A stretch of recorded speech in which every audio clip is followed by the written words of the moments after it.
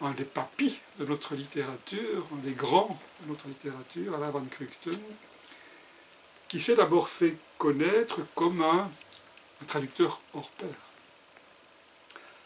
Bon, c'est le traducteur du Chagrin des Belges, traducteur de grands écrivains flamands, mais aussi des grands écrivains polonais, des grands écrivains tchèques, plusieurs langues à son arc, si j'ose dire, et les traductions de haut vol qui ont été publiées par des maisons d'édition importantes.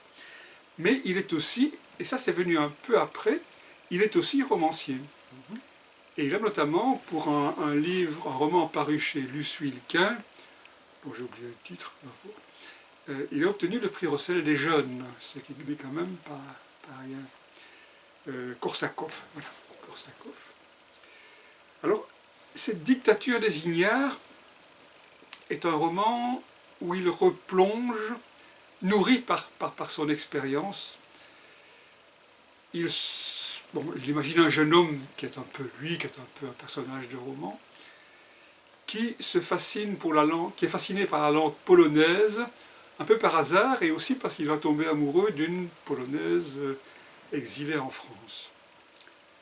Et puis, il est petit à petit moins amoureux de la femme, mais de plus en plus de la langue, et il va partir en Pologne, faire un master, faire un doctorat, même un doctorat en langue polonaise.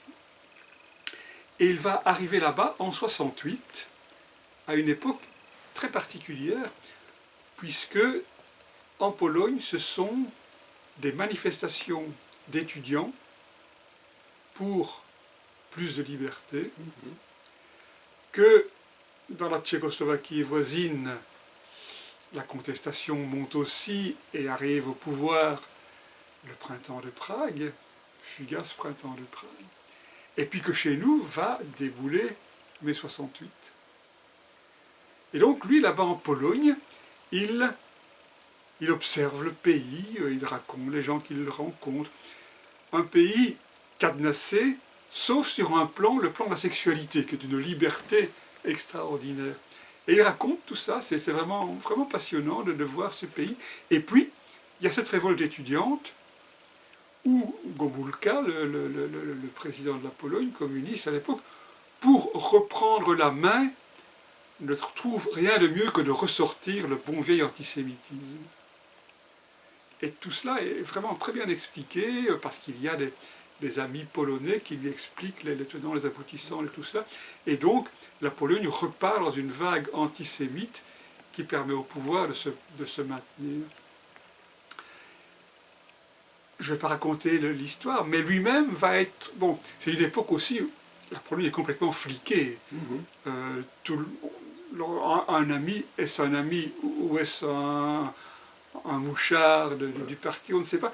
Lui-même, étant par hasard pris dans une manifestation, on va essayer de mettre le grappin dessus. Bon, je ne vous dirai pas comment il fait pour se sortir de ce mauvais pas. Mais donc, un roman très intéressant, qui se lit, comme dirait l'autre, comme un roman, mais qui est aussi nourri d'une période historique qu'on n'a pas toujours très bien connue ici. On a bien connu mai 68, mais on a mieux connu le printemps de Prague peut-être, mais ce qui se passait au même moment dans d'autres, entre guillemets, démocraties populaires, est souvent passé à côté de nous, on n'en avait pas une grande idée. C'est vraiment, je trouve ça vraiment très intéressant, qu'il faut lire.